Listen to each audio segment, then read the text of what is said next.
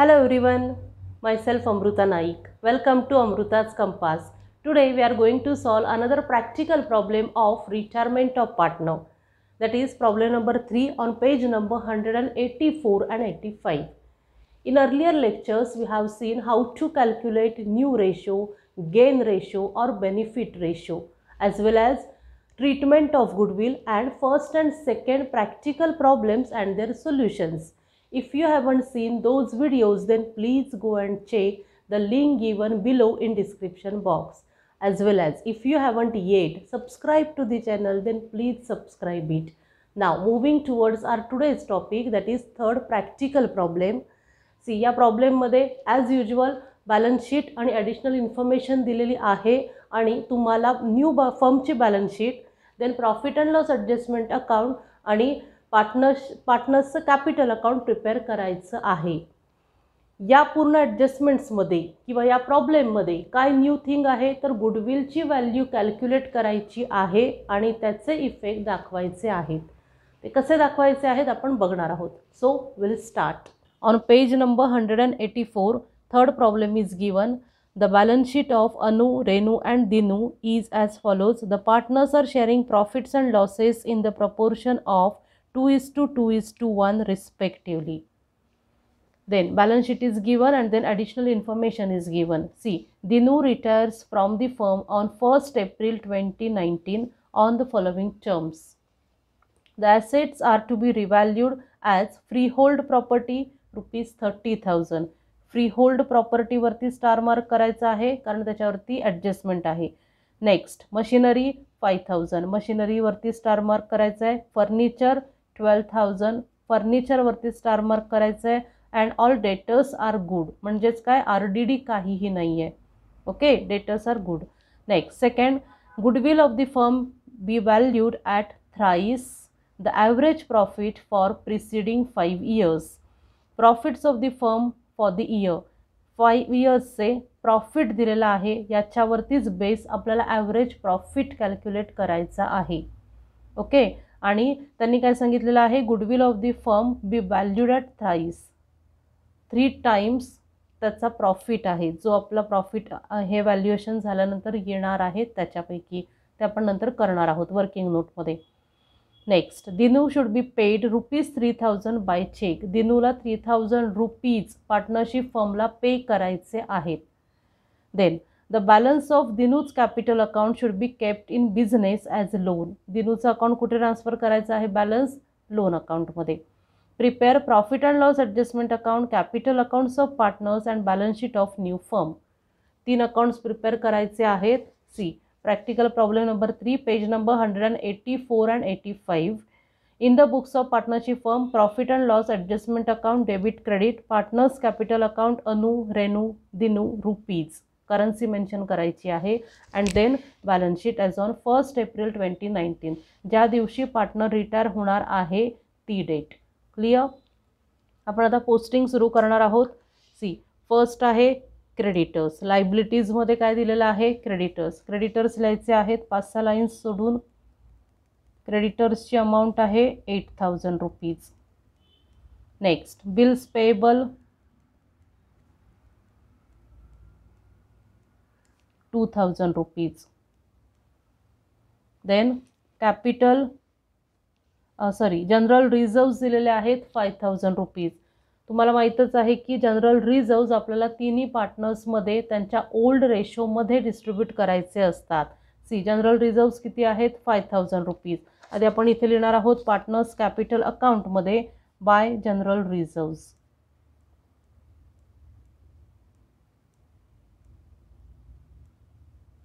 General रिझर्व्सची amount किती आहे, ₹5,000. 5,000 ओल्ड रेशोमध्ये. ओल्ड रेशो काय आहे, सी 2:2:1. इथे आपण लिहिणार आहोत, इथे पाहिजे तर 2:2:1 हा त्यांचा ओल्ड रेशो आहे. 2:2:1. क्लिअर. मग या रेशोमध्ये ₹5,000 डिस्ट्रीब्यूट करायचे आहेत. See 5,000 × 2 divided by 5 that is 2,000. 5 का घेतले, 2 + 2 + 1 5, म्हणजेच ₹2,000 अनुच्या अकाउंटमध्ये. Right. Next 5,000 into 2 divided by 5. कुणाचे आहेत? रेणूचे आहेत 2000 रुपीज. अँड दिनू 1 शेअर आहे म्हणून त्याला 1000 रुपीज. क्लिअर? नेक्स्ट आहे कॅपिटल अकाउंट. अनु, रेणू अँड दिनू 40,000, 30,000, 15,000. पार्टनर्स कॅपिटलमध्ये लिहायचं आहे बाय बॅलन्स ब्रॉट डाऊन. अनुचे आहेत 40,000, रेणू 30,000 अँड दिनू 15,000. क्लिअर? नेक्स्ट ॲसेटमध्ये काय आहे? बँक अकाउंट दिलेला आहे, पण इथे बघितलं तर इथे आहे Dinu should be paid ₹3,000 by cheque. म्हणजेच आपल्याला काय करायचं आहे? इथे वर्किंग नोटमध्ये बँक अकाउंट प्रिपेअर करायचं आहे. आपण रफ करणार आहोत, काही फॉर्मॅट वगैरे ड्रॉ करायची गरज नाही आहे. Bank account, debit, credit. बँकचा बॅलन्स किती दिलेला आहे? 5,000 रुपीज. मग इथे लिहायचं आपल्याला to balance brought down 5,000. Clear? हे एवढंच ठेवायचं आहे, कारण आपण ॲसेटमध्ये अजून बँक अकाउंट लिहिलेलं नाही आहे. पुढे ॲडजस्टमेंट आहे म्हणून इथे वर्किंग नोट प्रिपेअर केलेली आहे आपण. नेक्स्ट बँक नंतर आहे डेटर्स. डेटर्स किती आहेत? 20,000 मायनस RDD 1,000, दॅट इज 19,000. पण इथे सांगितलेलं आहे की all debtors are good. See first adjustment, all debtors are good म्हणजे आता आपल्याकडे काहीही RDD नाही आहे, म्हणजेच पूर्ण डेटर्स आपल्याला इथे बॅलन्स शीटमध्ये लिहायचे आहेत. डेटर्स 20,000 आउटर कॉलम, म्हणजेच हे 1,000 रुपीज काय आहेत? आपल्यासाठी प्रॉफिट आहे, राईट. हे 1,000 जे आपण लेस करणार होतो ते आता करायची गरज नाही आहे, कारण हे पैसे आपल्याला मिळणार आहेत. गेन आहे म्हणून इथे लिहायचं आहे by RDD 1,000 rupees outer column. Clear? Next furniture. फर्निचरवरती ॲडजस्टमेंट आहे. ॲसेटमध्ये लिहायचं आहे फर्निचर. फर्निचरची अमाऊंट आहे 15,000. त्याच्यावरती काय ॲडजस्टमेंट आहे? C furniture rupees 12,000. 12,000 रिव्हॅल्युएशन झालेलं आहे, म्हणजेच आउटर कॉलममध्ये आपल्याला 12,000 पाहिजेच, म्हणजेच मायनस डेप्रिसिएशन. किती आहे डिफरन्स? 15,000 आणि 12,000 मधला 3,000 रुपीज लेस करायचे आहेत. आपण डेप्रिसिएशन कसं फाइंड आउट केलं? कारण बॅलन्स शीटमध्ये त्याची व्हॅल्यू होती 15,000, राईट, आणि इथे सांगितलेली आहे 12,000, म्हणजेच 3,000 डेप्रिसिएशन आहे. या डेप्रिसिएशनचा second effect profit and loss डेबिटला. Furniture 3,000. Clear? Next machinery 4,000 rupees. त्याच्यावरती ॲडजस्टमेंट आहे. त्याला याचं आहे मशिनरी 4,000 इनर कॉलम. मशिनरीचं रिव्हॅल्युएशन झालेलं आहे ॲज ए ₹5,000, म्हणजेच ॲप्रिसिएशन आहे, प्लस ॲप्रिसिएशन. कितीचा डिफरन्स आहे? 1,000 ॲड करायचे आहेत, म्हणजेच आउटर कॉलममध्ये 5,000. क्लिअर? ॲप्रिसिएशनचा second effect profit and loss adjustment credit side by machinery. किती अमाऊंट आहे? 5,000 रुपीज आणि इथे 4,000, दॅट इज 1,000. क्लिअर?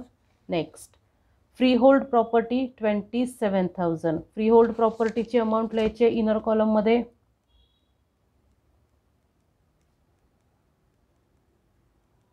$27,000. त्याचं रिव्हॅल्युएशन झालेलं आहे ₹30,000, म्हणजेच इन्क्रीमेंट आहे, दॅट इज ॲप्रिसिएशन आहे. ॲप्रिसिएशन ₹3,000. 30,000 outer column. ॲप्रिसिएशनचा second effect profit and loss account credit, adjustment account credit side by freehold property 3,000 rupees. Next goodwill 30,000. आता गुडविलवरती ॲडजस्टमेंट आहे. काय ॲडजस्टमेंट आहे? हे गुडविल आपल्याला बॅलन्स शीटमध्ये लिहायचं नाही आहे, तर कुठचं लिहायचं आहे? सी नीट बघायचं आहे. Goodwill of the firm be valued at thrice the average profit for preceding 5 years. Profit for the firm दिलेला आहे, 5 इयर्सचं दिलेलं आहे. आता इथे सगळ्या अमाऊंट्स लिहायची गरज नाही आहे. ॲज ए वर्किंग नोट आपण काय करणार आहोत, डायरेक्ट कॅल्क्युलेशन करणार आहोत.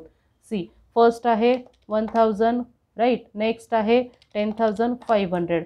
देन 16-17चं 10,000, देन 16,000 अँड लास्ट 10,000.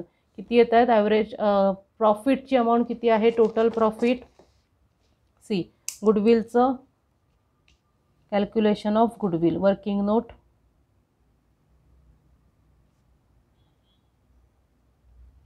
हे 47,500 कसे आलेले आहेत, आपण या सगळ्या अमाऊंट्सची, सगळ्या प्रॉफिटची ॲडिशन केलेली आहे. इथे लॉस कुठेही दिलेला नाही आहे, म्हणून आपण लॉस लेस केलेलं नाही आहे, प्रॉफिटच आहेत सगळे.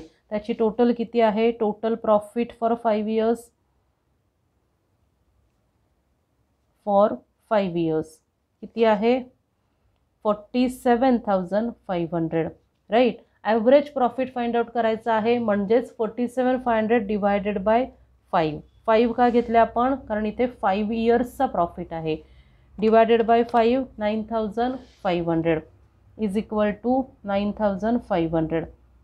पण आता हा 9,500च प्रॉफिट आहे का, नाही. त्यांनी काय सांगितलेलं आहे, goodwill of the firm be valued at thrice of average profit. Thrice म्हणजे आपल्याला 3 टाइम्स त्याला मल्टिप्लाय करायचं आहे. 9,500 into 3 that is 28,500.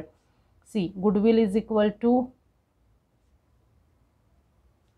9,500 into 3 is equal to 28,500. हे करंट इयरचं गुडविल आहे. क्लिअर, 28,500. पण आपल्याला बॅलन्स शीटमध्ये काय सांगितलेलं आहे, बॅलन्स शीटमधलं गुडविल आहे 30,000, राईट. म्हणजेच आपलं करंट गुडविल कमी झालेलं आहे, कमी झालेली आहे त्याची व्हॅल्यू, दॅट इज 30,000 जी होती आधी, त्याचे आता किती झाले, 28,500. लेस केल्यावरती 1,500 लॉस आहे, राईट. मग इथे आपण लिहिणार आहोत लॉस, प्रॉफिट अँड लॉस अकाउंटच्या डेबिटला 2 loss on adjustment, loss on goodwill. किती अमाऊंट आहे, 1,500. कशी कॅल्क्युलेट केली आपण 1,500, 30,000 जे बॅलन्स शीटमध्ये दिलेलं आहे ते, आणि 28,500 जे आत्ता आपलं आलेलं आहे ते करंट इयरचं. दोघांमधला डिफरन्स किती आहे, 1,500. आधीची अमाऊंट जास्त होती आणि आत्ताची अमाऊंट कमी आहे, म्हणजेच आपला लॉस आहे. म्हणून आपण लॉस प्रॉफिट अँड लॉस अकाउंटच्या ॲडजस्टमेंट अकाउंटच्या डेबिटला लिहिलं आहे. सेकंड इफेक्ट, गुडविल जे टोटल गुडविल आहे ते आपल्याला कुठे लिहायचं आहे, ॲसेटमध्ये. आता इथे गुडविलची अमाऊंट किती येणार, 30,000 येणार की 28,500 येणार. न्यू बॅलन्स शीटमध्ये new amount that is 28,500. Clear. Next, Dinu should be paid ₹3,000 by cheque. आता दिनूला पार्टनरशिप फर्मला 3,000 रुपीज चेकने पे करायचे आहेत. त्याची जर्नल एंट्री काय येणार, दिनूच्या अकाउंटमधले पैसे कमी होणार आहेत पार्टनर्स कॅपिटल अकाउंटमधले, राईट. म्हणजेच Dinu's capital account debit to cash or bank account, right. मग आपल्याला इथे काय लिहायचं आहे, जे आपण बँक अकाउंट प्रिपेअर केलेलं आहे वर्किंग नोट म्हणून, त्याच्यामध्ये लिहायचं आहे बाय दिनूज अकाउंट और दिनूज कॅपिटल अकाउंट. किती अमाऊंट त्याला चेकने द्यायची आहे, 3,000 रुपीज, राईट. 3,000 रुपीज आपण क्रेडिटला लिहिणार आहोत, क्रेडिट साईड आहे. म्हणजेच हे आता क्लोज करायचं आहे आपल्याला. इथे 5,000 रुपीजचा बॅलन्स आहे आणि इथे आहे 3,000, म्हणजेच इथे लिहायचं आहे by balance carry forward 2,000 rupees. म्हणजेच इथे येणार 5,000 आणि इथे येणार 5,000. क्लिअर.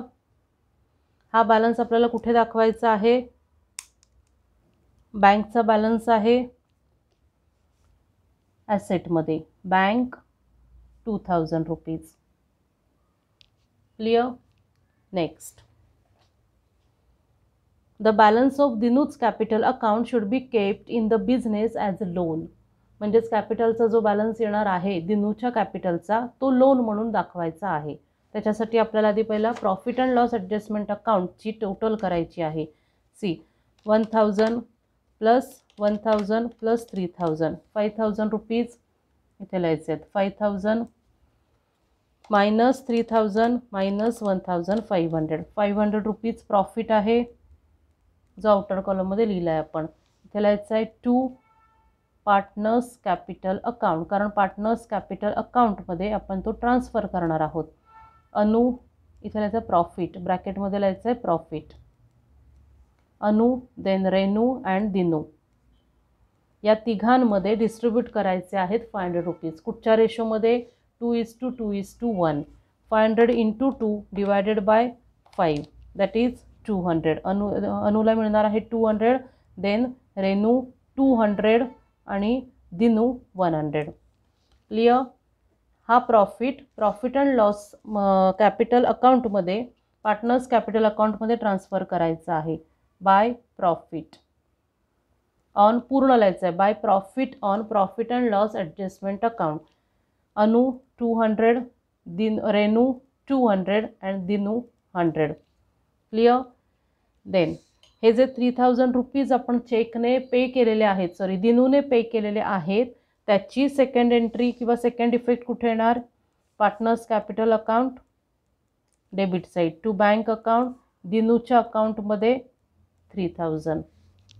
क्लिअर?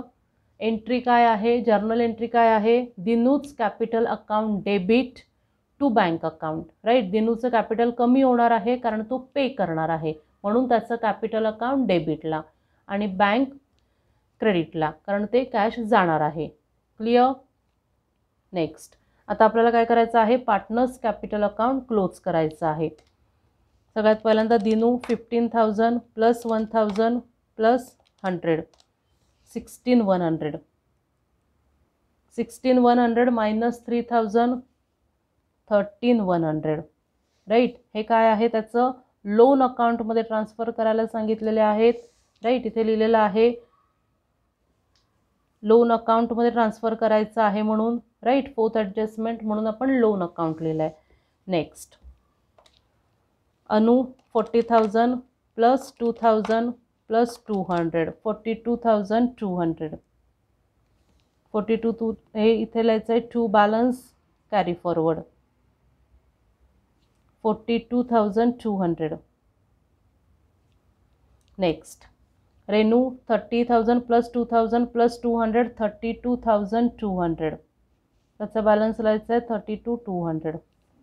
टोटल लिहायची आहे 42,200 32,200 अँड देन 16,100. क्लिअर? हे जे बॅलन्सेस आहेत ते कुठे ट्रान्सफर करायचे आहेत? लायबिलिटीजमध्ये. सी इथे लिहायचं आहे लायबिलिटीजमध्ये partners capital account. Anu, Renu and then Dinu's loan account. अनुचं किती आहे? 42,200. देन रेनू 32,200. दिनूचं लोन अकाउंट किती आहे? 13,100. क्लिअर? 13,100. राईट? आता बॅलन्स शीट टॅली करायची आहे. See 42,200 plus 32,200 74,400 plus 13,100 plus 8,000 plus 2,000 97,500. Clear? Next assets 20,000 plus 12,000 plus 5,000 plus 30,000 plus 28,500 plus 2,000 97,500. Clear? म्हणजे आपली बॅलन्स शीट टॅली झालेली आहे. सगळे जे इफेक्ट आहेत आपण प्रॉपर दाखवलेले आहेत. Now we'll stop here today, and if you have any query or doubt regarding this problem, then please comment in comment box, as well as please don't forget to like, share and subscribe the channel. Thank you.